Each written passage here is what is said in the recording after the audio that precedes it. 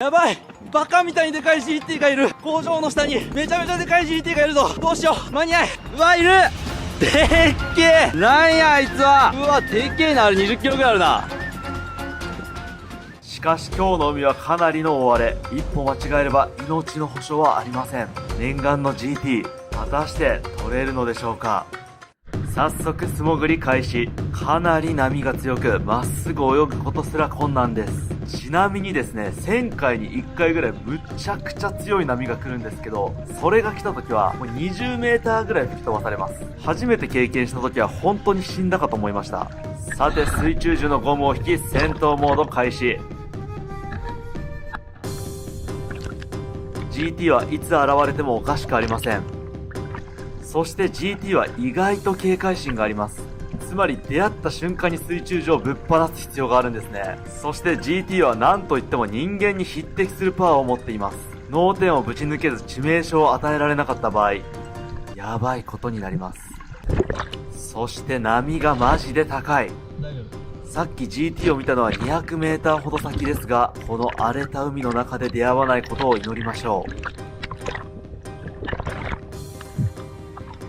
いやー、にしてもこのいつ出会えるかわからないこの緊張感がやばすぎる。もうね、アドレナリンがね、やばかったです。さて今動画を見ている皆さんも気抜いたらダメですよ。こっからいつ GT が現れてもおかしくないですからね。出会った瞬間に戦闘は始まります。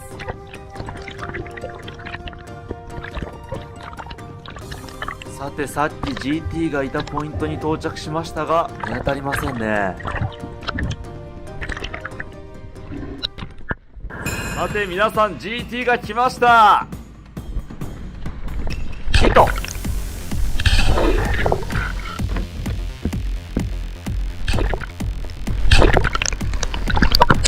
打ちどころがかなり悪い。こうなったら人間は GT のパワーには全くかないません。マサルも必死に抵抗するも一切の意味をなしません。沖に逃げられたら人生終了です。どこかに引っかかってくれることを祈りながら引っ張られていきます。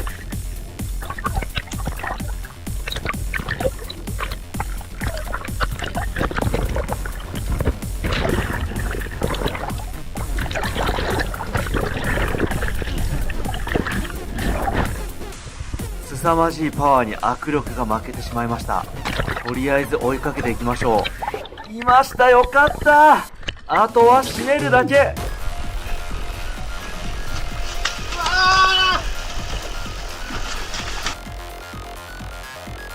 なんとか抑え込もうとするも全く歯が立ちません。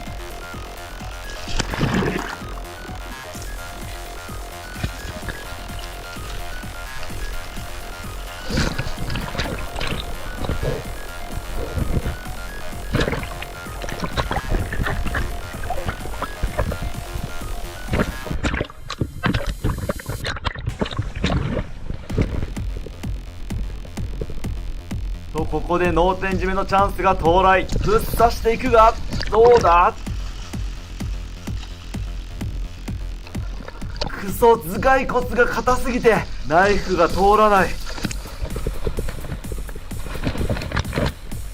とここで作戦を変更。魚の急所エラを狙っていきます。凄まじい量の血が出てきました。一旦弱るのを待って脳天締めをしていきましょう。ここまで来ればさすがに勝利も同然です。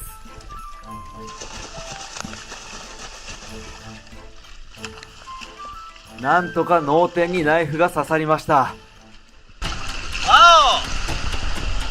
お、ナイスフィッシュ。イエーイ。よいしょー。でかー。なんやねんこれ。やばー。やばいぞこれは。上がろう。めちゃめちゃエキサイティングだった。いやー、もう本当にずっと追い求めてきた魚がようやく取れて、もうめちゃくちゃ嬉しかったですね。いやもう何よこの大きさ。もう魚が重すぎて泳ぐのがめちゃくちゃ大変でした。というわけで長年にわたる GT を素潜りで取るという夢、ついに叶いました。拍手皆さん。というわけで陸に戻ってきましたので、家に移動していきましょよいしょー。はい、ついに取れましたよ GT。 しかも相当でかいぞ。測った感じ28キロありましたね。これね、動画上だとあんまりでかいっていうのはね伝わらないと思うんですけども、ちょっとこれ落としてみようかな。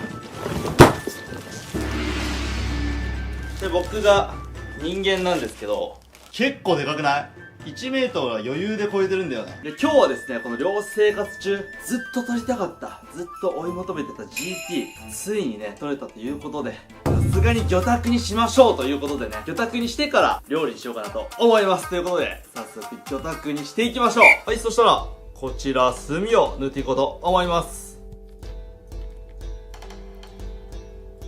私ですね、習字5級ですから。習字5級ってどんぐらいすごいんですか？小1レベル。じゃあ、塗っていきましょう。で、これを全体にね、塗っていきます。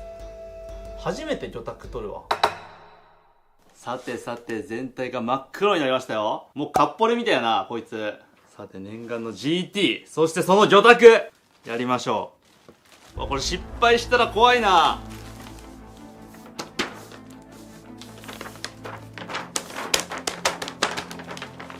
さて、どうなってるでしょうか。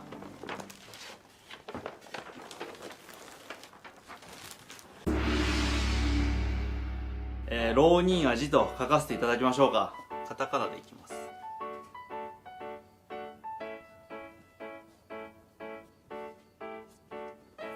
ちょっと習字4段の人がいるんで、スタッフに何点か聞いています。これ何点ですか？60点。あ、60もらえた。3点でしょ。おい、浪人味28キロ。付き人。これね、釣り人じゃないですから。付き人ですから。付き人。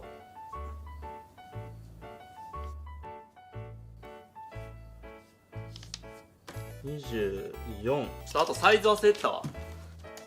1メートル27センチ。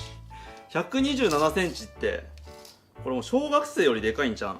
はい、というわけでですね、ついに、もうずっと追い求めてた GT が取れました。しかも28キロありますから、GT ってね、浪人アジの英名で、ジャイアントトレバリーのね、略なんですけども、もうジャイアントなアジ、巨大なアジという名前にふさわしいぐらいのサイズですね。ちなみにですね、これ GT の中ではまだそこまで大きい方のサイズではないです。はい。マジででかいのは、島だと6、70キロぐらいいきますね。6、70キロぐらいのサイズは、美味しくないらしくて、基本的に売れないです。でね、この GT をついたシャフト、見て。これね、全く柔らかいものじゃないからね。これ8ミリぐらいの太さなんですけど、これ全然曲がらんからね、こんなもんじゃ。これ結構力入れてるよ。それをさ、こんなへし曲げてさ、2箇所もへし曲げてるんだよ。やばくない？草マグロのね、12キロぐらいのやつ撮った動画があると思うんですけど、その動画でさえ、ここまではね、全然曲がってなかったですよね。いかにね、GT がやばいかっていうのがわかりますね。この僕はね、この魚をね、平アジ系って言ってるんですけども、アジの中でもですね、この体高、ここの幅を体高って言うんですけども、この体高がね、すごく高いアジの種類がいて、カスミアジだったりとか、カッポレとかね、ギンガメアジとかいろいろいるんですけども、このね、体高が高い平アジ系の魚は、同じサイズで同じ筋肉量のものがいても、遊泳力が格段に高いんですよ。めちゃめちゃ泳ぐパワーが強いんですね。それでですね、釣り人からめちゃめちゃ狙われてると。めちゃめちゃ引くんですよ。とにかく力が強い。でね、GT と言ったら、あんまり知らない人もいると思うんですけども、結構有名な出回ってたやつだと、水面を泳いでる鳥を食ってる魚が一時期めちゃめちゃバズってたと思うんですけど、この魚です。はい。鳥とか食います。めちゃめちゃ消化能力高いし、もう何でも食う。いやでも本当にさ、4年ぐらい追いかけてきたからマジで嬉しいな。ちょっと水深1メーターだったけどね。本当はもうちょっと深いところで撮りたかったけど、またね、別の機会ということでね、せっかくアジということでですね、アジといえばなめろうを作っていこうかなと思います。ということで早速、観察していきましょう。はい、こちらが GT の全体像ですね。墨がいっぱいついておりますね。でこれね、肉食魚の特徴なんですけど、とにかく頭がでかいです。どのぐらいでかいかわかんないでしょ。これ、僕の手です。人間の手ぐらいだったら普通に入りますね。はい。そら鳥も食べますわ。ここがね、脳天締めした後ですね。もうちょっとね、でかすぎてね、脳の位置がね、あんまりわかんなくて何回か刺してますね。そしてですね、この尻尾にはアジの特徴であるゼイゴがありますね。もうこんだけでかかったらもうゼイゴなんか何なのかもうようわかんないですけどね、すっごく硬いです。とにかくね、硬い。ほら、音聞いたらわかると思う。でちなみにね、GT を取るのはちょっと難しい理由なんですけども、頭の辺刺したら結構回収できることが多いんですけども、この辺ね、身のところ、身を打ってしまうとね、力が強すぎる上に、身がちょっと柔らかいんでね、これもう一瞬でちぎれちゃうんですね。はい。だからもうこんだけでかいのに、もし取るってなったら、頭の方以外を打ってしまうともう取れないんですね。そこがね、ちょっと難しい。まあ、ただね、結構好奇心旺盛なんで頭狙うのはそんな難しくはないんですけどもね。でもいきなり現れるから結構怖いですよ。ちなみに、GT も含めなんですけども、島の魚はですね、冬場の方が格段に美味しくて、6月ぐらいに食べた GT はなんか鶏肉みたいな味でね、結構硬くってそんなに美味しくなかったんですけども、11月はどうなんやと。もしかしたら脂が乗ってるかもしれませんね、といったところでね、期待を込めてさばいていきましょう。で、まずは鱗を落としていきます。うわ、これはまた掃除が大変ですね。やばい、 GT 嬉しすぎて方言が出てしまった。なるべく標準語で話すようにしてるのに掃除が大変ですね。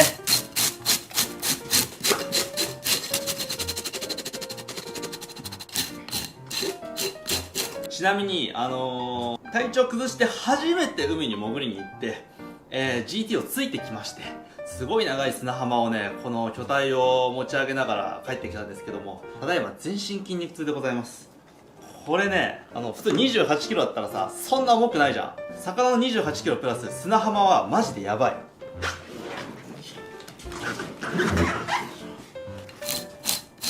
ちなみに GT は南方系にいるイメージなんですけど、結構ね、日本中、どこにでもはいないんですけど、例えば東京湾とかにもいるらしいですよ。そんなに大きいのはいないみたいなんですけど、80センチぐらいのは確認されたっていう前例があったりして、もしかしたら東京湾で釣りしてたら GT が釣れることもあるのかもしれません。逆にもうちょっとね、日本より南の方に行くとえぐい GT がいるみたいですよ。はい、ということで鱗が綺麗になりました。次は頭を落としていきましょう。いや、これ久しぶりに出てきましたよ。でかい出刃包丁。いつも使ってる出刃の2倍ぐらいありますね。これでやりましょう。いきます。はい、胸びれの後ろから。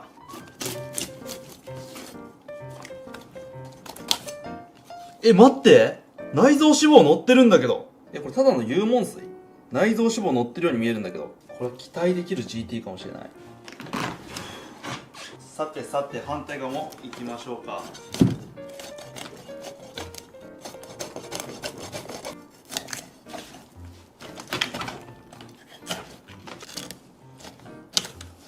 待って、胃袋に超でかいものが入ってる。何かしら。すっごい音。これ何が入ってるでしょうね。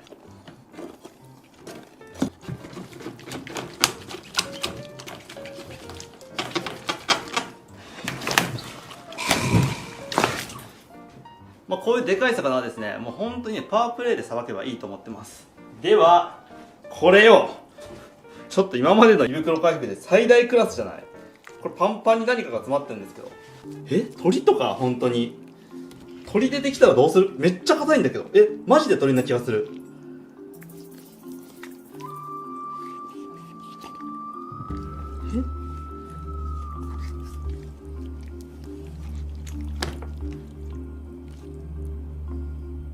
これとてつもない巨大魚を食べてますよ。なんだこの頭。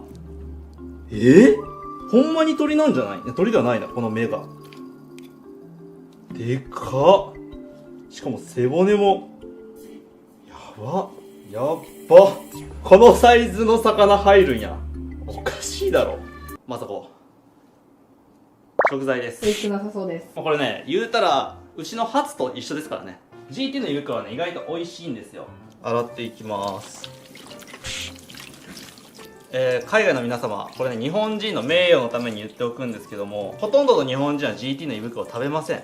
GT の胃袋を食べてると言ってる人は変わった人です。はい。日本人は GT の胃袋なんて食べるんやって。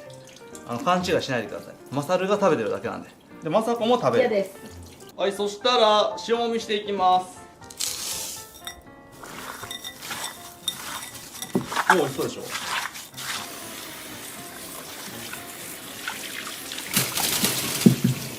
そしたらこの筋っぽいところをね取っていきましょう。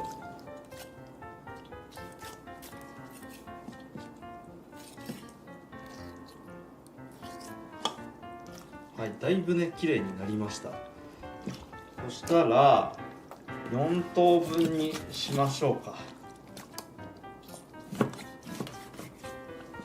ちょっと匂ってみましょうね。なんやろ、歌舞伎町の路地裏みたいな匂いがします。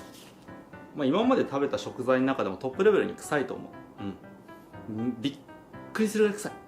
匂いを取りましょう。ステトン、塩、料理酒大量。はい、そしたら入れていきます。うわー、すごいね、臭い液が出てきてもう真っ白になってきてますね。さていいんじゃないでしょうか。まあ、さっきの臭さでこのぐらいの処理で匂いが取れるとは俺も思っていない。多分まだ臭いと思う。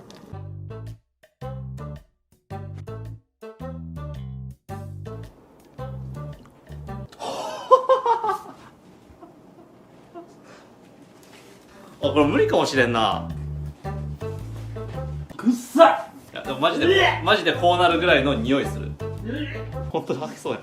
臭いイコール食べれないってわけじゃないんで、もうちょっと匂いを落としていきましょう。あとすごい硬そうなんで圧力鍋で茹でて、さらにこっから炭火焼きにします。明日ね頭を海岸で焼こうと思ってるんで、その時にね一緒に食べようと思います。仕込みですね。ほら見て、美味しそうじゃん、見た目イカみたいで。なんでそこまで臭いの？隣の部屋からも臭いって声聞こえるんだけど。でもこれ量多いから4人前はあるな。なんかニンニク食べたらキスできなくなるとか言ってるけど、これもう二度と会ってくれなくなるかもしれんな。これうんこの匂いってよりは臭いうんこの匂いって感じやな。普通のうんこの匂いじゃない。食材にうんこは食材がかわいそうです。食材って認めたってことは食べなきゃいけないってことになりましたよ。明日休みます。ここうまそう。なんかよくわからんけど。はい、それでは圧力鍋に入れていきますよ。ちょっとジンジャーを入れましょうね。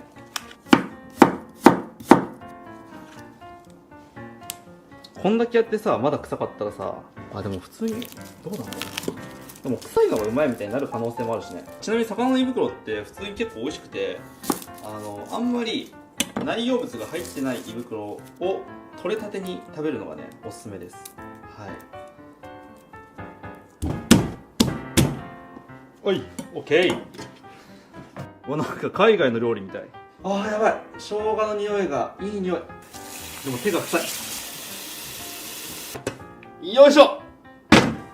はい、そしたらですね、胃袋の処理はこのぐらいにしまして、胃袋はですね、明日食べるんですけども、身をね、やっていきましょう。皆さんね、GT が釣れてしまったけど、どうやってさばけばいいんやろうと思いながら見てると思うんですけども、GT はですね、日本だとですね、屋久島より南で取れたものはですね、チガテラ毒に当たる可能性がね、非常に高い魚となっております。はい。チガテラ毒はね、毒性が強いです。重症だと2年間ぐらいね、冷たい水に触れなくなったりとか、かなりね、重たい症状が出ます。で、これはですね、生物濃縮のね、ウズベンモウソウっていうね、植物プランクトンがね、このシガトキシンっていうね、毒を持ってるんですけども、それをね、動物プランクトンが食べて、それを小魚が食べて、それを中魚が食べて、大魚が食べて、GT が食べて、どんどんね、濃縮されて、毒が強くなって、で、めちゃめちゃ濃縮された GT を食べてしまうと当たるというね、話なんですけども、この毒がですね、大体発症までですね、2時間から8時間と言われております。で、皆さんね、これ食べるときですね、まず GT を2切れ食べます。はい、2切れ食べて当たらなければ OK です。で、尻尾が邪魔なんで外していきましょ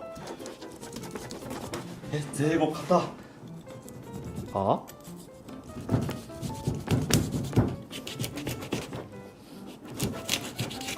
れほんまに硬いんですよ。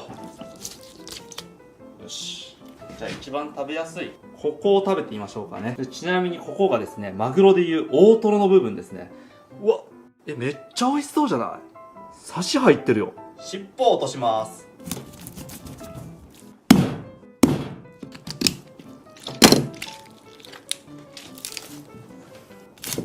オッケー。これは8時間後にね、当たってなかったら食べましょう。もし僕がシガテラに当たってしまった場合は釣り餌にしましょう。シガテラはですね、加熱してもなくなりませんし、何してもなくなりませんし、シガテラの検査キットみたいなものもね、今のところ流通しておりません。なんで、もう本当に運です。3キロを超える個体はなるべく釣りの場合はですね、リリースした方がいいんじゃないかなと思います。3キロを超える魚なんて通常の家でさばけるとは思えないんですけどね。待って、触った感じ普通に美味しそうだぞ。これ腹骨というか腹膜をすいていきます。筋っぽくて切りづらいな。これ今まで見た GT の中で一番クオリティが高いかも。3キロぐらいいけそうだな。こんぐらい食べてみましょう。めっちゃ綺麗じゃない？ほら。美味しそうですね。はい、それでは、こちら、マサルの黒糖醤油で味見してみましょう。いただきます。いただきます。これ普通に美味しいぞ。うん。ちょっとね、やっぱりどうしても筋っぽくて大味な感じにはなってるんですけど、臭みとかもね、ないし、これ美味しいぞ。うん。しかもほら、これ、油も浮いてますしね、醤油。で、これ普通に全然美味しい。中の下のブリって感じやな。スーパーに売ってある切り身のブリぐらいの味ですね。全然美味しいです。よし、これは、ちょっとなめろう期待が高まるんじゃないでしょうか。とりあえず8時間ね、待ってみましょう。もうこれ人体実験するしかないですから。はい。では、8時間後まで待ちましょうか。はい、ということで8時間経過したんですけども、全然大丈夫でした。はい。ということでね、ようやくなめろうが食べれます。もうこんだけ大量になりますからね、なめろうをね、書き込んでやろうと思います。それでは早速3枚おろしにしていきましょう。はい、それでは5枚おろしにしていきましょうか。まずは、ゼイゴを取っていく。真ん中に、背骨のラインですね。背骨のラインに包丁を入れていきます。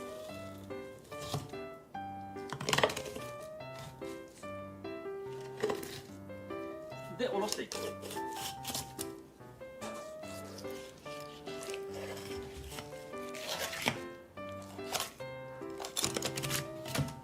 腹膜がすごいな。で、ここですね、腹骨がありますんで、ダメだ、包丁が勝たない。皆さん大変です。GT の腹骨硬すぎて包丁で立てないですね。ハサミでいきましょう。人間で言えば肋骨ですね。買って。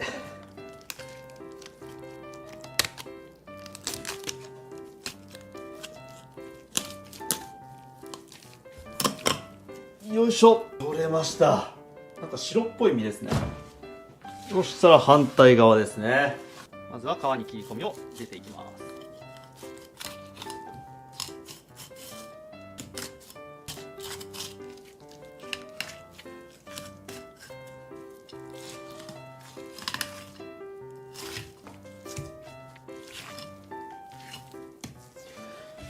よいしょ。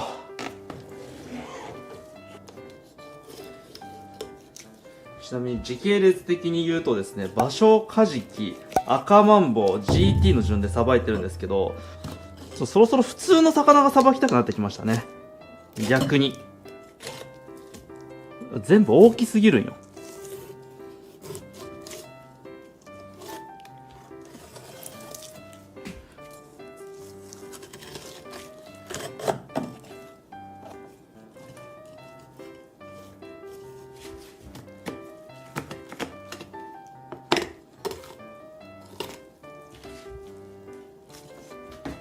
ここにね、ぶっとい骨が入ってるんですよ。買った。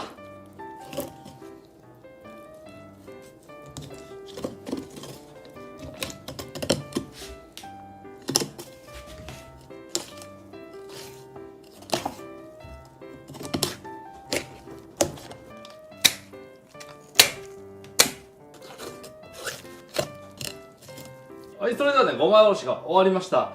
いや、にしてもすごい量ですね。今日はですね、このハラミをね、使って、なめろうを作っていきましょ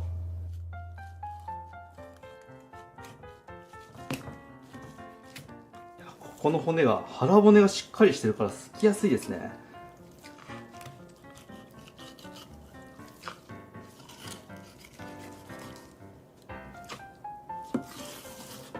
OK。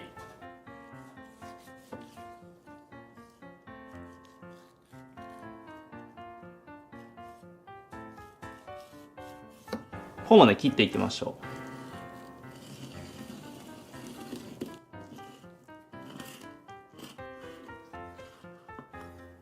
このままだと、ちょっとさすがに扱いがしづらいんで、これ半分に切りましょう。皮が硬いですね。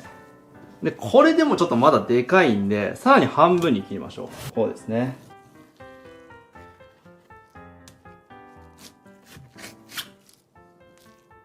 ちょっと血合いがきつめですね。臭そう。硬なんか引っかかった。いや。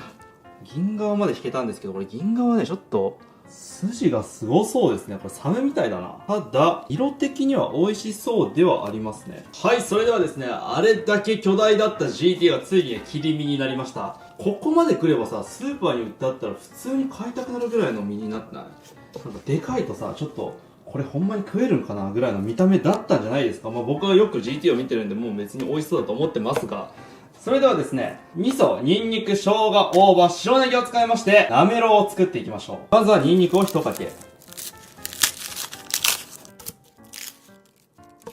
でニンニクはですね、みじん切りにしていきましょう。まあみじん切りって言ってもね、面倒なんで適当に切っていきますが。はい、まずニンニクですね。そしてお次。生姜。生姜ってさ、皮むくもんなの？じゃあ切っていきます。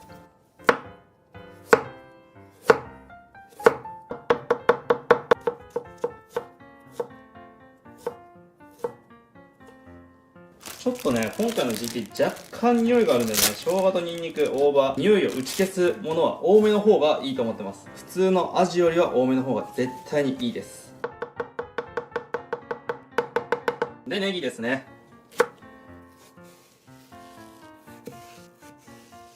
じゃあネギもみじん切りにしていきましょ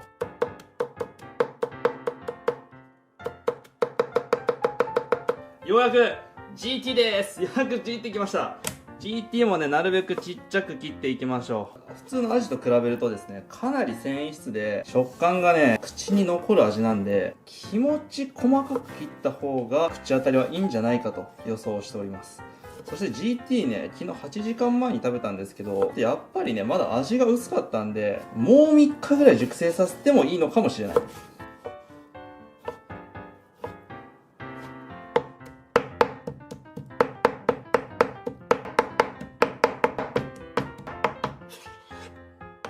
はい、ということでようやく刻み切ったところですね。ドン！味噌です。まあ味付けは一旦味噌だけにしましょう。ちょっと味が薄かったらちょっとね、醤油とか足していったりとかしましょう。多分大丈夫と思いますが、さてこれで混ぜていきます。薬味多いなぁ。GT に対して。ほぼ薬味やないか。もう普通このぐらいで盛られますよね。今日贅沢にあります。やば。完成！